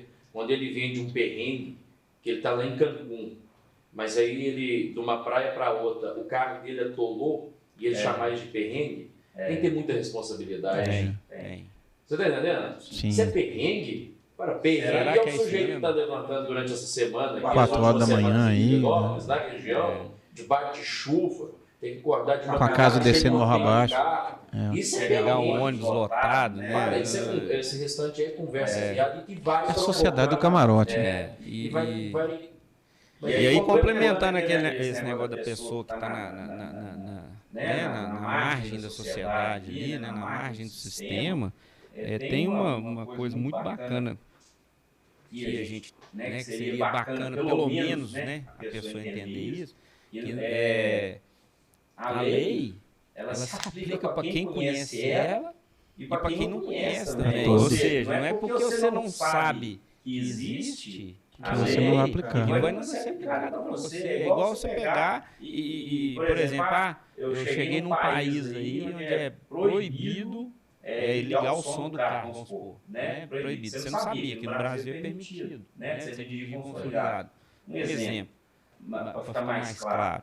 A polícia vai pegar na fiscalização, você vai ser enquadrado naquela lei ali, mas você não sabia. Mas você vai ser enquadrado. Por quê? Ela se aplica para quem não conhece e para quem conhece. Na sociedade, muitos problemas que a gente tem, Augusto, Bruno e a todos e todas, se dá em razão de não considerar o outro. A sociedade é marcada pelo individualismo. Egoísmo, né? Ele quer para ele e não considera o social. Exemplo, fila dupla. O cidadão acha que o mundo gira em torno dele, ele é o sol. Né, do sistema. Ele é Tem o até um sol. meme que o cara liga pra mulher e fala lá do condomínio, não sei o que, eu sou moço do seu condomínio. Eu não tenho tempo pra isso não, esse negócio de cantada que não sei o que. Ele fala assim, você conhece Galileu? Não. Então, pois é, Galileu explicou, entendeu e explicou isso pra todo mundo, que a Terra, a Terra gira em torno do Sol, não em torno de você. Eu tô só querendo entrar em contato, mas você tá fechando minha vaga aqui. Não, é assim. E as pessoas, para satisfazer o seu querer, ele não considera o outro. Talvez seja o grande problema. Não considerar o outro. Porque se propõe a viver em sociedade, eu preciso, primeira coisa, considerar o outro. Como pessoa de direitos, de ações, de valores. Não considerando, começam os problemas. Porque aí vai ter atrito. Né? E o ser humano assim é tão complexo e difícil que o ser humano ele se move, fica inerte em torno de 2 palavras, Augusto. 2 palavras: interesse ou necessidade. Tudo gira em torno disso. Ou ele tem interesse ou ele necessita. Porque se não tiver isso, é um ato político. E aí entrando em política, né? Todo mundo é político. Não é? E nós não estamos falando de política partidária, ser do partido A, B ou C. Política é o que nós estamos fazendo agora. É o que a gente deve fazer todos os dias. Agora, nós temos um problema seríssimo com a política. Eu não aceito a razão do outro. E na política, o pressuposto básico é eu aceitar o outro e aceitar as suas razões. Porque tem 2 formas de convencer alguém. Pelo argumento, né? Ou pela força. Mas quem é inteligente entra num acordo. Partidariamente falando, quanto pior que está ali do meu concorrente, então vamos piorar ainda mais. Tanto que quando a polícia atende uma ocorrência que tem briga entre vizinhos, uma coisa, ela fala desinteligência. Vamos falar burrice. Coloca lá, o que foi? Desinteligência. É o termo que se usa lá. O pessoal aí sabe, então é assim, desinteligência. Deixa eu trazer mais um recado aqui. O senhor vai passar lá, viu? Aliás, eu acho que já passou. O Rigner falou que o senhor teve lá esses dias no Açougue Vaca Gorda. Produtos com alto padrão de qualidade. Ali é bom. Aliás, antes de vir para cá, eu já passei lá e garanti um ancho e um contrafilé. Sério. Mentira. Claro, não, é verdade. Eu vou mostrar a foto depois dessa Chama não, né? Então, de segunda a sábado, de 6h30 às 8h30 da noite. E domingo e feriados, de 6h30 a 1 da tarde. Você vai passar no Açougue Vaca Gorda, Alto da Paraná. No Alto da Paraná tem um Açougue Vaca Gorda. O Açougue Vaca Gorda, gente, tá com uma estrutura nova, açougue novo, uma loja.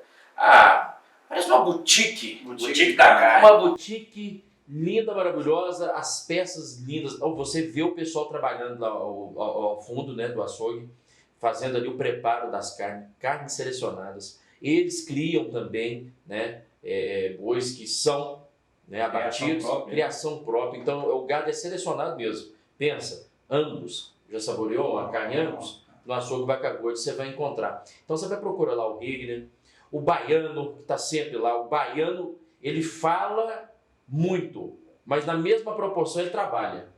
Já vai preparando a carne, conversando com você, falando da carne e te atendendo muito bem, como toda a equipe do Açougue Vaca Gorda. Política da carne. É lá no Açougue Vaca Gorda. Fala mais entrega. Bom, então, dando a dica para você, Açougue Vaca Gorda tá no Instagram. Você tem um telefone de contato lá do Açougue Vaca Gorda que você pode fazer o seu pedido, né, e eles vão entregar. 3216-3317. 3216-3317. Para você de Divinópolis. Se é da região, está acompanhando a gente, vai dar uma passadinha aqui em Divinópolis, aproveita e passa no Açougue Vaca Gorda, né? E você já faz a sua compra, leva para outra cidade, faz propaganda aí também, e o pessoal vem cá comprar também. E para você de Divinópolis, de segunda a segunda, Açougue Vaca Gorda, de portas abertas, para você levar o melhor em carnes. Tem frango, tem porco, tem linguiça lá. Tem uma linguiça da casa. Gente, é de lamber os beijos. Lá é sensacional. Açougue Vaca Gorda. Ei, na hora do churrasco é Açougue Vaca Gorda. E na hora do churrasco não lembro do advogado. Não lembro. Não te chamam. Não lembro. Ninguém fala. Processo. Vem cá, doutor. Aqui. Ninguém chega para você advogado, para você juiz, para você sorrindo, sabe? Ninguém. Ninguém. Não. Difícil. E é segunda-feira. Segunda-feira eu não posso ter agenda de manhã. Porque o cidadão passa o final de semana pensando, o que eu vou falar com o advogado segunda-feira? Entendeu? Sexta tarde é o melhor dia. Ninguém lembra do advogado. Ninguém fala. Não. Então vamos voltar no nosso assunto aqui, que o churrasco é bem mais bacana, Claro. interessante de conversar, mas segunda instância, condenação em segunda instância, porque voltou à tona no assunto, principalmente, né, agora, né, no ano passado, né?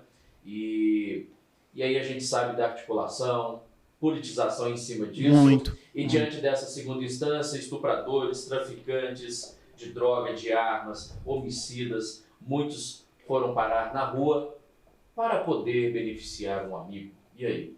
É porque é isso aí que ficou bem estampado, essa é a grande verdade. Um companheiro. É o companheiro. O tema, ele tem duas abordagens. Uma que é técnica, que a grande maioria das pessoas não tem conhecimento sobre, e a outra que é fática, fato da vida, que gera esse sentimento de injustiça. Primeiro, na Constituição Federal foi colocado um artigo, que é um direito fundamental, que diz lá, no artigo 5º, que ninguém será considerado culpado senão depois do trânsito em julgado de um processo. O que é isso? Eu terminei o processo, transitou em julgado, depois de passar, andou, transitou, não tem mais recurso. Acabou. Ali eu vou cumprir a obrigação. Esse é o primeiro aspecto. Está na Constituição como um direito fundamental. Quando eu vou para a Justiça, nós temos a primeira instância, onde tem um juiz, que todo mundo sabe, o Fórum da Cidade. Nós temos a segunda instância, que é o Tribunal de Justiça, que ali julgam 5 desembargadores, é um colegiado mais experiente para rever aquela decisão. Na segunda instância, tem o que nós chamamos de trânsito em julgado material. Quando vai para Brasília, só pode chegar lá por 2 motivos. Se o caso e a decisão é contra a Constituição, aí vai para o STF julgar, ou se o caso viola é contra uma lei federal, aí vai para o STJ rever. Mas não é terceira instância, isso não existe, chama instância superior. Até na segunda, eu vou discutir e reanalisar a prova. Sim. Eu vou ver, essa prova aqui, aquela prova lá. Lá, nas instâncias superiores, eu não rediscuto prova. Isso nós chamamos de trânsito julgado material, matéria. Então eu não vou para Brasília mais com prova. Já foi investigado, já correu. Já está ali. Né? Ali eu posso começar a cumprir. Quando eu vou para o STF ou STJ, eu tenho o que está faltando, a gente chama de trânsito em julgado formal, ou seja, o processo terminar. Só que tem um detalhe. Hoje, para vocês terem uma ideia, para que todos tenham, de cada 10 sentenças que chegam no Tribunal de Justiça, 8 são mantidas. De cada 10 casos de prisão que chegam no STF, 7 são confirmados.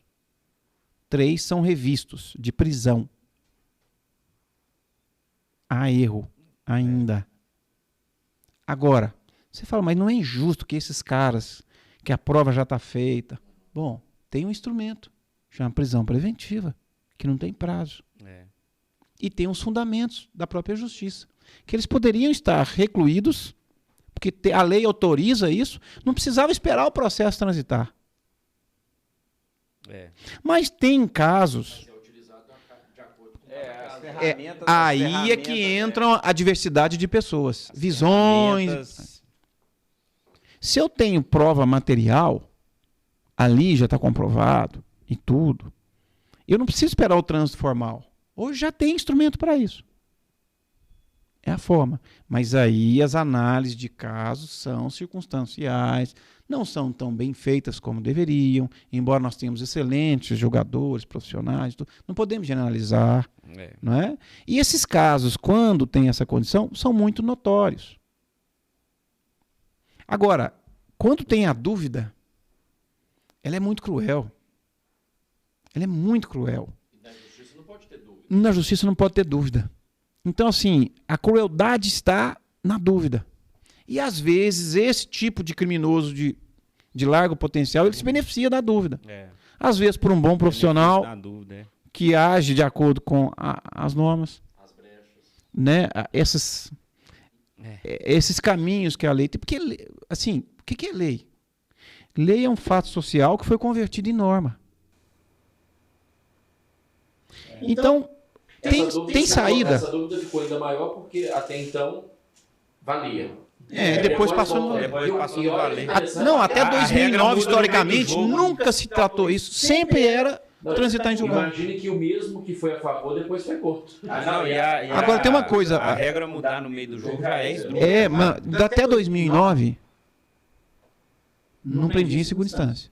Vê aquele clamor todo, 2016 mudou. Depois mudou de novo. Depois voltou atrás. Os votos. Ou se muda a Constituição e coloca lá: ninguém será culpado e condenado, senão até o trânsito em julgado material, segunda instância. Mas quem tem que votar não está querendo tirar da gaveta nem o fim do foro. Agora, uma coisa vocês podem ter certeza, viu? Quem se beneficia disso são poucos, embora na repercussão da matéria, são muitos casos. Por quê? Hoje, de cada 10 casos que vão para o STF, para o STJ, 7 não são admitidos. Não são admitidos, não tem discussão. Estou falando de 3. Porque a gente brinca, entre nós do direito, e nos estudos, a gente brinca que a melhor coisa contra a Covid seria a súmula 7 do STJ. Súmula 7. Pra você levar um recurso para o STJ, meu amigo, só se Deus quiser. Se Deus falar assim, seu recurso vai ser apreciado pelo STJ, aí vai. Porque a súmula 7, ela é a melhor coisa que tem para prevenir o vírus. É a única coisa possível. Você pegar, o que é a súmula 7? O STJ não faz reanálise de prova. Ô Bruno Augusto, todo mundo, todo processo, por menor que seja, tem que dar uma olhadinha na prova. Quando eu não quero analisar, reanálise de prova, vai embora. A coisa mais difícil é você conseguir colocar um recurso no STF, no STJ. É muito complexo. Para chegar lá, eu vou falar uma coisa com você. Tentar metade da volta na Terra para chegar lá. E assim, esses casos acabam indo porque a área penal é uma área que dá muita repercussão na vida. Se eu te perguntar assim, Augusto, ou Bruno, todo mundo, você concorda? Se você dever uma dívida para alguém, aí a dívida, você é condenado na primeira instância, tem que pagar. E você fala, mas tá injusto, eu não devo, cara. Aí na segunda instância, cai para um desembargador lá que é mais relapso, confirma. E os outros, vai lá e confirma também. Porque como é que funciona? Como é que funciona no tribunal? O relator é que olha o seu processo. Os demais, se tem uma dúvida, e é você, advogado, tem que criar. Aí você tem que ir despachar desembargador, que tem que olhar esse ponto, e com outro, tem que olhar esse ponto aqui e outro. Se você não fizer isso, amigo, esquece. Resumidamente, o senhor acha que o Código Penal brasileiro precisa de uma reformulação imediata? Ele está morto, ele precisa. Precisamos de outro. Uma sociedade, um Código de 1940, que reflete uma sociedade de 1940, para uma sociedade de 2022, não tem o menor sentido. É isso que o Congresso deveria se debruçar, atualizar. Só que o Brasil, de uns anos para cá, de umas décadas para cá, passou a fazer leis oportunistas. Tanto que ela começou a ganhar nome, vocês perceberam? Lei fulana, lei ciclana. São oportunismos. Nomeado. Exemplo, o Código de 40, quando eu comecei meus estudos no direito há quase 30 anos, eu ficava doido com aquilo, quando eu estudava aquilo. E sempre adorei o penal, para estudar. Porque o penal, no estudo, ele é maravilhoso, na prática ele não existe. Isso que se pratica não é direito. Ele é um direito que não se efetiva.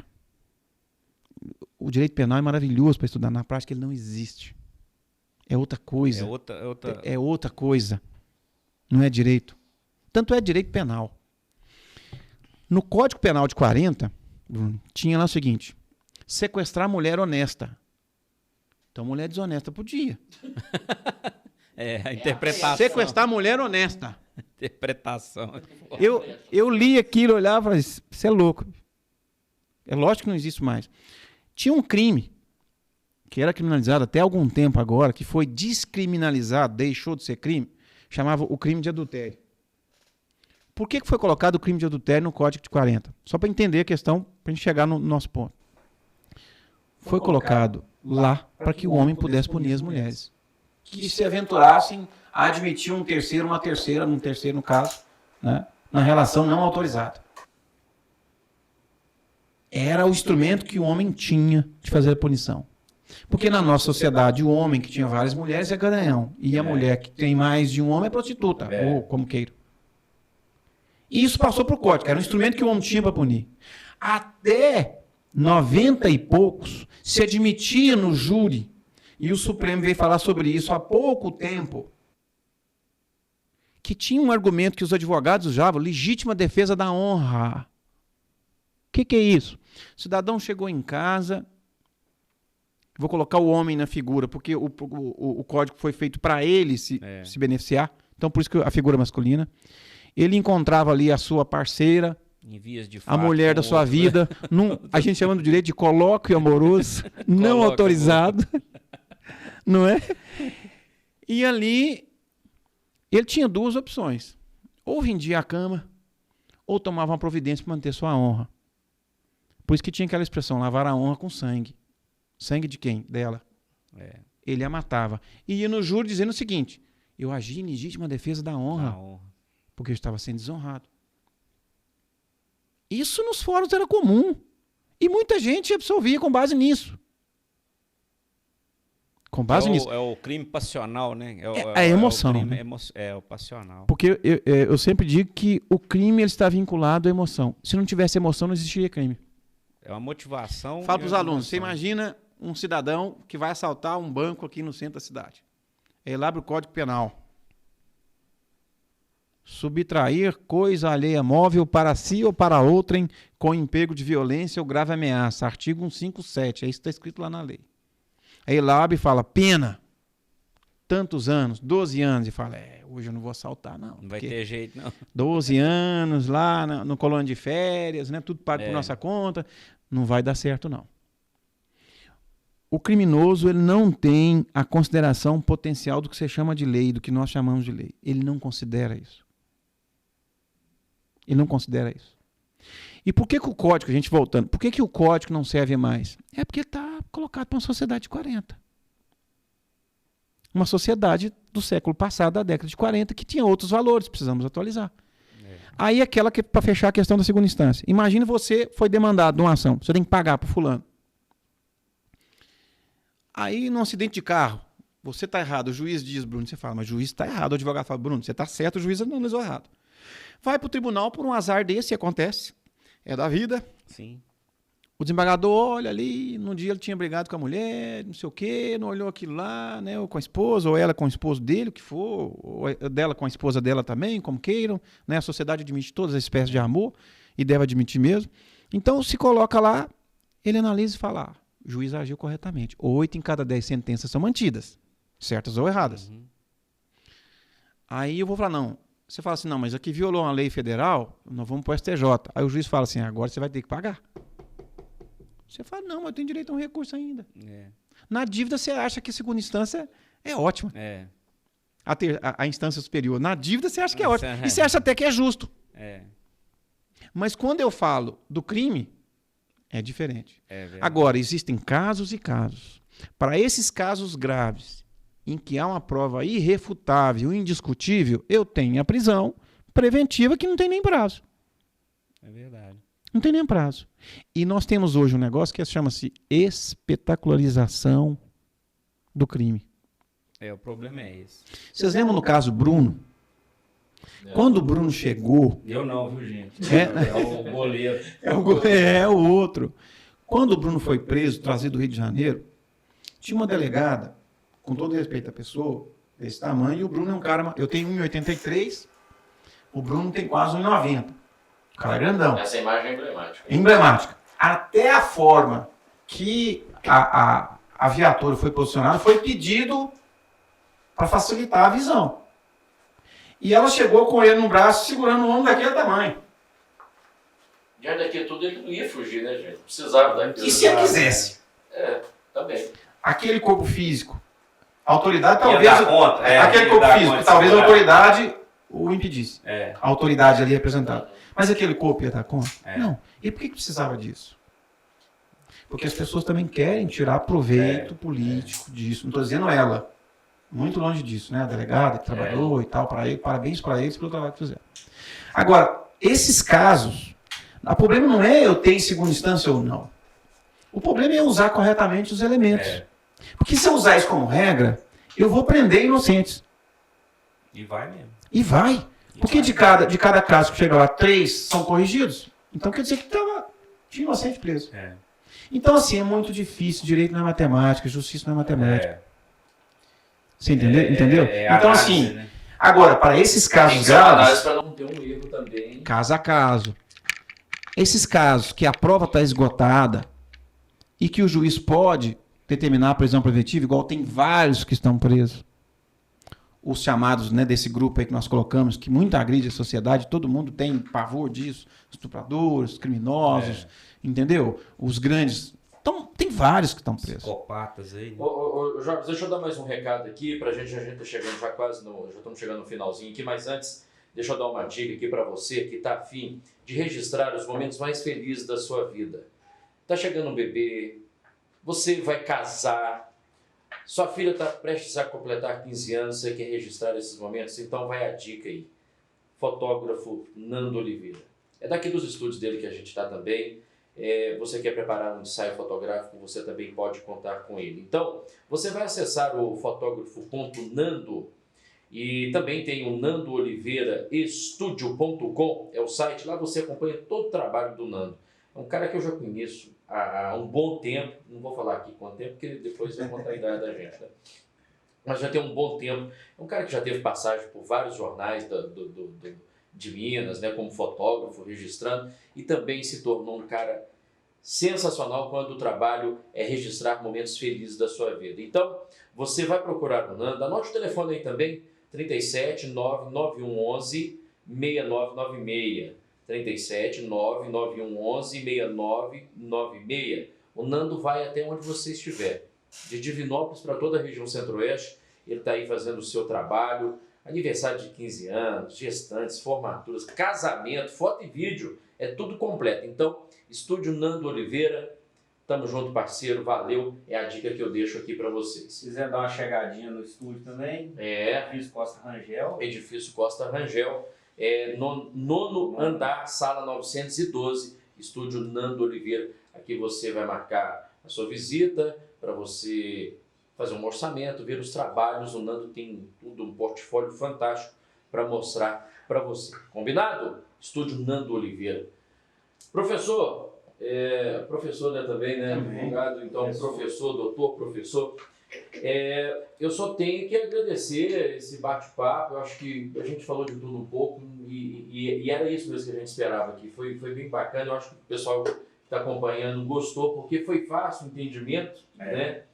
E o senhor não fugiu das perguntas aqui também. E agradecer pelo trabalho também dessa desmistificação da justiça, né? E da questão política também, porque a gente... E até preparando bons advogados aí. Inclusive, eu acho que o pessoal, né, depois desse bate-papo aqui, vai sair com uma outra visão, inclusive, dos acontecimentos políticos atuais aí no Brasil, que vem repercutindo muito, né? E ano de eleição vai ser mais quente ainda, né, professor? Eu primeiro, assim, Augusto, a você, o Bruno, a todos, eu agradeço a oportunidade, a confiança com a gente, né? E nos dar essa oportunidade, porque se está aqui, porque vocês imaginam que a gente possa contribuir com algo, e eu sinto feliz, uma prosa é muito boa, podemos ficar o resto do dia aí, tem coisa demais para falar ainda que a gente não falou, tem casos para contar. Vai longe, mas nós temos um limite. Mas você tem um limite de tempo, né, Bruno? E assim, as pessoas precisam se aproximar, o direito e a justiça precisam ser mais próximos das pessoas. Sim. Isso é papel do juiz, isso é papel do advogado, isso é papel dos promotores, isso é papel da gente da justiça, porque tem muita gente, tem muita coisa boa, das universidades, desmistificar. Porque, assim, é maravilhoso quando eu vejo na faculdade um aluno ali chega com tanta expectativa. Sim. E chega com tantas coisas e vislumbra tanta coisa, porque nós não temos como abrir mão do direito. Direito tá na vida das pessoas, tá na mesa da gente, tá no bar, tá na cozinha, tá no jornal, tá nas relações todas. Tudo que a gente faz tem direito. Para estar aqui hoje, Nós passamos por diversas normas jurídicas, sinais de trânsito, placas de pare, chegamos aqui, a liberdade de vir, os horários que você tem, contrato de trabalho, utilização do espaço, tudo tem direito. Direito está na vida e está nas pessoas. É algo imperfeito. E uma coisa as pessoas precisam entender.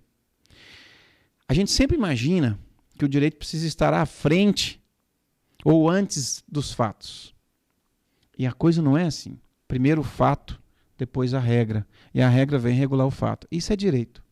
Eu tenho um fato, eu tenho a norma e eu tenho o fato sendo regulado pela norma. Isso resume o que é direito. Por isso que isso é tão emblemático na vida das pessoas, por isso todo mundo gosta, discute, porque todo mundo entende direito. Talvez não tenha noção técnica. Todo mundo tem uma opinião, Mas tem uma ideia, tem uma visão, né? Sabe? Tem um estudo, eu sigo essas páginas aí de curiosidades e tudo, tem até um estudo falando que as pessoas, cada um enxerga o mundo de uma forma diferente. E é fato, isso é estudado e é demonstrado. Tanto é que nós falamos que não existe verdade, né? Exatamente. Você fica, mas a verdade é essa, a verdade é. A verdade não existe.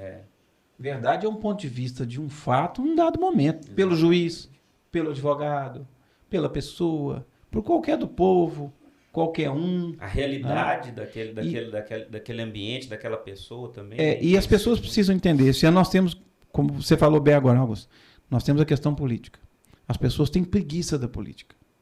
Mas tudo que a política faz afeta nossas vidas de uma forma ou de outra. Não tem como fugir dela. Competente que está lá, né? Claro, as escolhas. Falando em escolha, eu só quero que o senhor responda sim ou não. Sim. As eleições presidenciais esse ano, a Justiça vai intervir nela? Sim ou não? Eu acredito que a Justiça vai assegurar. Que é o papel dela. Mas vai além dessa situação de assegurar, que é o dever dela fazer? Intervir, eu espero que não. Intervir no sentido de definir o resultado. Mas ela vai ser acionada. Com certeza. Até porque se ela intervir, tem um ex-garantidor, no caso, né? Entre aspas, ex, mas não é ex, porque a pessoa a partir do momento que ela é juiz, né? Que ela foi juiz, ela vai ser sempre juiz. É igual sogra, né? Sogra vai ser sempre sogra. Não tem ex-sogra. Né? Você fala ex-mulher, mas você não fala ex-sogra. Então, assim, eu acredito na verdade, que a gente quer na disputa, né? na corrida, eu acho que seja tem respeitosa, uma pessoa, democrática. Seja respeitosa, que não tenha tendências, não tenha parcialidade, como a gente já viu. Você sabe quem que pode definir a política, Augusto? Não é a Justiça. É a mídia. A mídia. Ela define. Tem poder de definição. Tem. Muito mais do que a Justiça. Tem. A Justiça define caso. A mídia define, porque formar quem está do outro lado. Exatamente. Você já viu aquele negócio de pesquisa opinião. eleitoral? Um amigo meu, que eu falei isso com ele, ele quase me bateu. Porque ele é estatística, eu falei, tem 3 grandes mentiras. A mentira grande, a mentira pequena e a mentira estatística. Xinga. Percentuais a mais ou a menos? 48% a mais. Aquilo define a escolha das pessoas. É mais ou menos a história do contador, né? Você sabe a história do contador, né? Você pergunta para um matemático quanto que é 2 mais 2, ele fala 4. Você pergunta para um estatístico, ele fala 4. Aí você chegou e pergunta para o contador quanto que é 2 mais 2, ele fala assim, quanto você quer que seja? Agora, você perguntar no direito, 2 mais 2 dá quanto? Se der 3, é razoável. Se der 4, é equilibrado. Se der 5, é sacanagem. Aí se comer Mais do que a mídia para o resultado das eleições desse ano, nós vamos ter que ter muito cuidado com isso aqui, do que vai ser. As fake news, né? E, claro, vai da consciência de todo mundo, de imaginar, analisar mesmo, nós ouvir todas as partes. Temos mídia especializada em desmentir fake news, dá uma analisada. As pessoas precisam se interessar mais, querer mais e não esperar que os outros façam por elas. E outra, chegou, né? Todo mundo participa de grupos de WhatsApp, chegou notícia, não quer verificar, não quer verificar a veracidade, pelo menos não retransmite, não repassa aquilo que você não tem certeza. Antes, joga no Google. Se for repassar, pesquisa, dá uma olhada, vê se... Porque assim, cara, eu fico olhando, eu participo de muito grupo aqui, é uma enxurrada de coisa sabe? desnecessária. Ainda fica acabando com o tempo da gente. Consumindo o tempo consumindo o tempo e a gente perdendo tempo com coisa desnecessária. Gastando saliva também com coisa desnecessária e queimando neurônios. Bom, segue lá, Jarbas Lacerda, @Jarbas Lacerda, é o Instagram do professor, do advogado, do especialista em direito público. Mais uma vez, muito obrigado. Volte sempre, viu, professor? Augusto, muito obrigado a você, Bruno, a todos e todas. E sensacional, adorei aqui o Pode Prosear. Né? Eu quero voltar aqui mais 355 vezes, porque tem outros assuntos. Esse ano acredito que a gente deve falar de novo. Precisa falar, assim, tratar outras dessas questões políticas com vocês. Né? Muita gente sabe, eu participei de muitas cassações de mandato, até com entrevista para vocês e outros tantos. Participei de dezenas de processos de cassação, de CPIs, nessas áreas. Nós vamos entrar muito nessa política local. Eu queria debater o tema nacional. Depois a gente centraliza. Centralizar no assunto de câmaras, prefeituras, porque são os rincões... É onde a gente está. Onde que respinga na gente de verdade. Desse estudo todo que nós falamos, para finalizar e não tomar muito tempo, eu sou um publicista, uma pessoa que trabalha com direito público, especializado dentro da especialidade, que é o municipalismo e o poder legislativo. Aonde o cidadão vive é onde ele sente as dores. É na célula primeira da federação. Porque lá em Brasília é quase uma ficção para muita gente, embora interfira na vida da gente. Agora, isso tem cada situação, cada história que, né? Enfim, viu? Mas agradeço muito a oportunidade e parabenizo a vocês pelo magnífico que vocês têm feito de levar isso para tanta gente, de multiplicar, porque essa é a comunicação verdadeira, né? O que é feito com muito cuidado. Então, assim, vocês estão de parabéns. E eu agradeço muito a oportunidade de ter estado com vocês, né? E que todos possam, de tudo que nós falamos, considerar primeiro o outro. A sociedade é de todos e ela só muda quando eu considero o outro e mudo também as minhas atitudes. Mais do que lei é atitude. A primeira lei, né, é o respeito. Essa é a lei básica. Se eu respeito, eu vou exigir que o outro me respeite também. E aí nós vamos ter um caminho melhor. E não ficar esperando tudo para a lei. Porque tudo a gente coloca na lei. Tudo a gente quer que a lei resolva. O que a gente podia estar resolvendo também. Né? Muito obrigado, viu, pela oportunidade aí. A gente agradece. Valeu, obrigadão. Bom, Pode Prosear de hoje vai ficando por aqui. Mais um episódio. Escondeu seu rostinho. Tadinho. Essa carcaça. O Nando teve um trabalho danado para botar a gente bonita. Tampando a obra de arte dele. Bom, é isso. Deixa o like ou comentário. Compartilhe com os amigos esse bate-papo aqui. Dá um joinha. Dá um joinha aí, o like está aqui embaixo. Deixe o comentário, siga as nossas redes sociais, @PodeProsear, PODI, Pode Prosear. E você também pode deixar a sua sugestão, quem você queira que a gente traga aqui, enfim, fique à vontade para participar. Interage lá, vai lá interagir no nosso Instagram. No YouTube também, interage, que é mais importante que o joinha e o compartilhamento. Deixar um comentáriozinho, né? Pronto, bacana demais. Faz igual aqui, ó. Olha aqui, ó. Joinha. Sabe quem entrou aqui agora? Quem?